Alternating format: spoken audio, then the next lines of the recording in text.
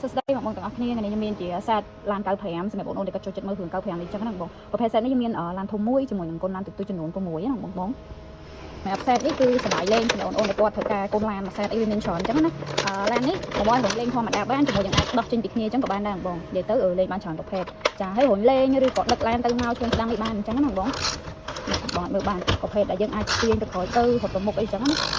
រត់លេងបានប្រភេទសាច់ជ័រគេប្រភេទលក្ខណៈជ័រដែលគេបាញ់ថ្នាំមកមានរូបមានអីមានអក្សរ95នៅលើហ្នឹងហ្មងបងចានេះបងប្អូនក៏ចង់ដឹកពីគ្នាអាចទាញចេញពីគ្នាអញ្ចឹងក៏បានដែរហើយអាទូនេះមាន6ប្រភេទឡានដែកគឺជ័របងធន់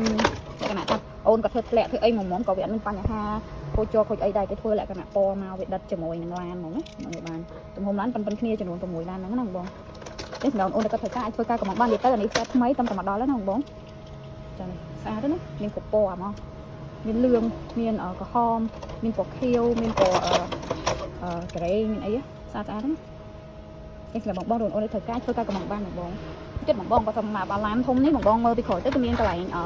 លក្ខណៈសម្រាប់ឲ្យគាត់យកឡានហ្នឹងដាក់ក្នុងឡាននេះធំអញ្ចឹងដូចប្រភេទឡានកុងតឺន័រដែលគាត់អាចដាក់ក៏បានលេងប្រភេទឡានធ្លាក់មកអញ្ចឹងក៏បានដែរនិយាយទៅលេងបានពី3ប្រភេទផ្សេងៗគ្នាដូចបងដាក់ទៅរត់ឡានចុះមកអញ្ចឹងណាហើយបើគាត់ចង់ដាក់ក្នុងហ្នឹងយកទៅមួយគ្នាហ្មងក៏បានដែរលេងបិទចិត្តចេះទៅអាចដាក់ជាមួយគ្នាលេងបានចានិយាយទៅមួយសែតហ្នឹងគឺមានឡានធំមួយកូនឡានទូចៗនេះ6ចំណេញបាយបាយ